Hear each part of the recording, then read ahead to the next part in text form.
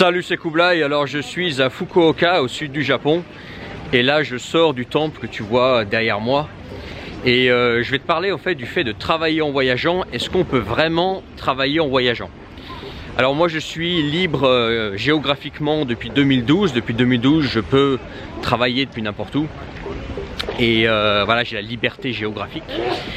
Et aujourd'hui je vais te donner un petit peu ce que j'en retiens de ces 8 années de liberté géographique et du fait de, voilà, de pouvoir vivre n'importe où sans que ça change pour toi quelque chose financièrement. Alors la réponse rapide ce sera oui. Oui, tu peux travailler en voyageant, mais pas tout de suite. C'est-à-dire que toi, si par exemple aujourd'hui tu n'as pas un métier qui te permet la liberté géographique totale, ou tu n'as pas une entreprise qui te permet la liberté géographique totale, et quand j'ai une entreprise ou un métier, c'est que tu as déjà quelque chose qui tourne. Tu as déjà des revenus qui viennent régulièrement, tu as une bonne base client sur laquelle tu peux compter, tu as des clients par exemple en attente, moi ce qui est mon cas, j'ai une liste d'attente avec des clients en attente, ou alors tu as un salaire qui tombe tous les mois comme j'avais avant, tu vois, tu es rémunéré par une entreprise mais tu peux vivre n'importe où, donc tu as déjà une assise. Dans ce cas-là, tu peux envisager de travailler en voyageant. Reste bien jusqu'à la fin de la vidéo, on va développer après. Mais quand tu démarres au début, quand tu pars de rien, tu n'as ni entreprise, ni activité qui te permet de gagner de l'argent depuis n'importe où, comme moi c'est mon cas, moi je gagne ma vie sur internet. Si toi ça t'intéresse de gagner ta vie sur internet, faire la même chose que moi, je te laisse regarder en bas de cette vidéo, tu cliques sur le premier lien et tu rejoins la lettre d'Eurasie. Comme ça tu es sûr de ne pas manquer d'informations qui te sera importante pour réaliser ce projet. Tu vois. Donc si toi aujourd'hui tu n'as rien, non, aujourd'hui tu ne peux pas travailler en voyageant. Simplement parce que pour arriver à avoir ce bon revenu, ce revenu régulier qui te permet de travailler en voyageant, il faut savoir que les voyages ça coûte de l'argent, notamment si tu commences à venir dans des pays comme le Japon, si tu commences à aller dans des pays occidentaux, etc. Bref, que tu sors de l'Asie du Sud-Est ou de certains pays de l'Est, ça va quand même te demander un certain budget de voyager, tu vois. Donc il va falloir avoir des revenus assez bons et surtout qui soient réguliers, sur lesquels tu puisses compter, que tu ne pas que tu te retrouves sans argent à l'étranger.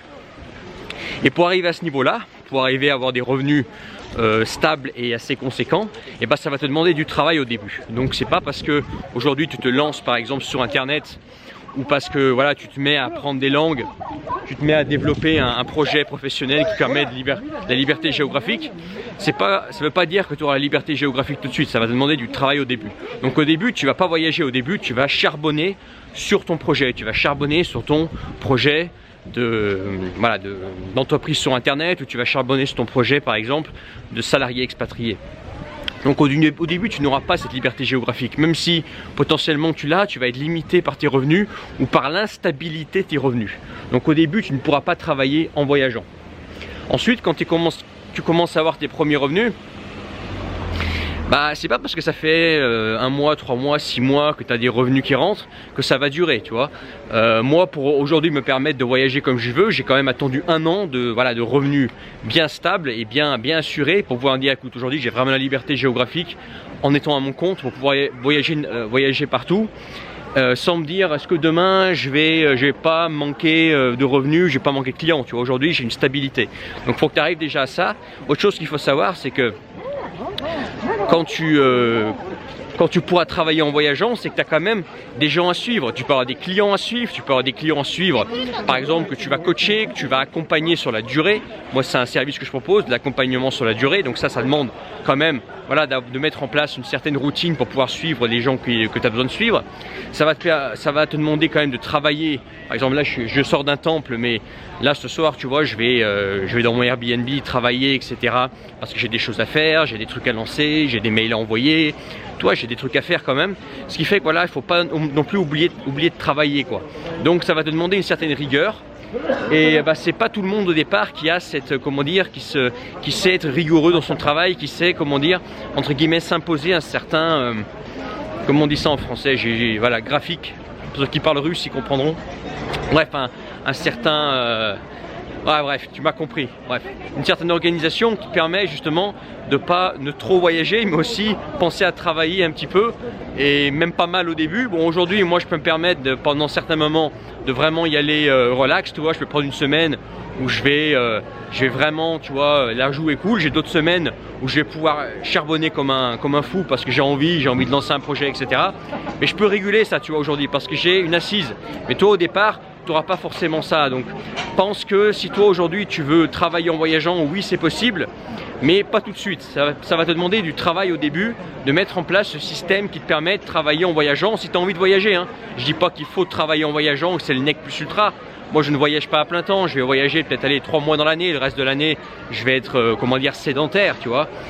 Mais si toi, ton truc, c'est vouloir voyager en travaillant, eh ben, au début, il faut surtout pas voyager, il faut surtout travailler sur ton système. Et une fois que ton système il est solidifié, il est fiabilisé entre guillemets, que ça roule pour toi, que tu sais que tu vas pouvoir te permettre des moments où tu pourras par exemple prendre une après-midi, aller voir un temple, prendre un après-midi, aller à la plage, prendre un après-midi pour faire ce que tu veux quand tu es dans un pays voilà, qui est nouveau pour toi ou que tu as envie de connaître. Bah là tu pourrais dire je peux travailler en voyageant. Moi aujourd'hui je peux dire je peux travailler en voyageant, même si j'aime pas trop employer ce terme là parce que pour moi voyageur tu sais, ça me fait penser un petit peu au backpacker bien naïf, tout le monde il est beau, il est gentil et je passe ma vie à aller de ville en ville et de temple en temple, etc. Moi c'est pas ce que je fais. Moi ce que je fais c'est en fait c'est ce qu'on appelle du slow travel, c'est-à-dire que je me pose dans une ville pendant 2 semaines, 3 semaines, ensuite je bouge mais sans non plus aller trop loin, puis ensuite je rebouge, mais j'évite de bouger tout le temps parce que sinon tu te fatigues, tu vois, tu as besoin moi par exemple j'ai besoin de productivité, j'ai besoin de bien dormir, etc. J'ai bien d'avoir mes petites habitudes pour être productif, et pour ça il faut quand même que tu restes dans un endroit assez longtemps. Donc oui tu voyages entre guillemets, mais tu voyages lentement. Un touriste lui à faire, il va abattre le maximum d'endroits à visiter dans le plus court possible. Moi je vais prendre vachement mon temps pour voyager, vachement mon temps pour découvrir, parce que je fais pas que voyager. Là par exemple j'ai pris quelques heures pour voir ce temple là, ce soir j'ai bossé, hier soir j'ai bossé, etc. Et pour travailler en voyageant aussi il faut aimer ce qu'on fait, tu vois. C'est à dire que moi j'aime ce que je fais.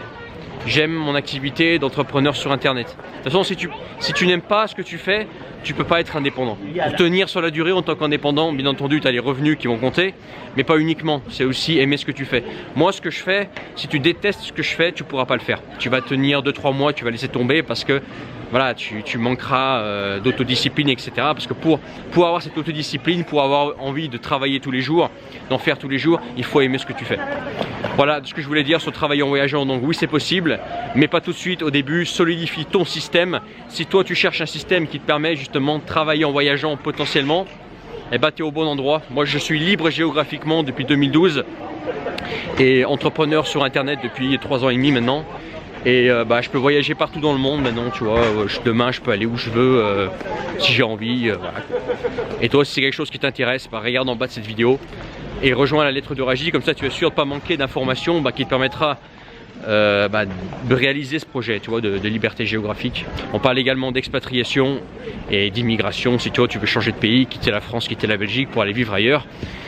Bref, à bientôt dans la lettre de Raji, salut.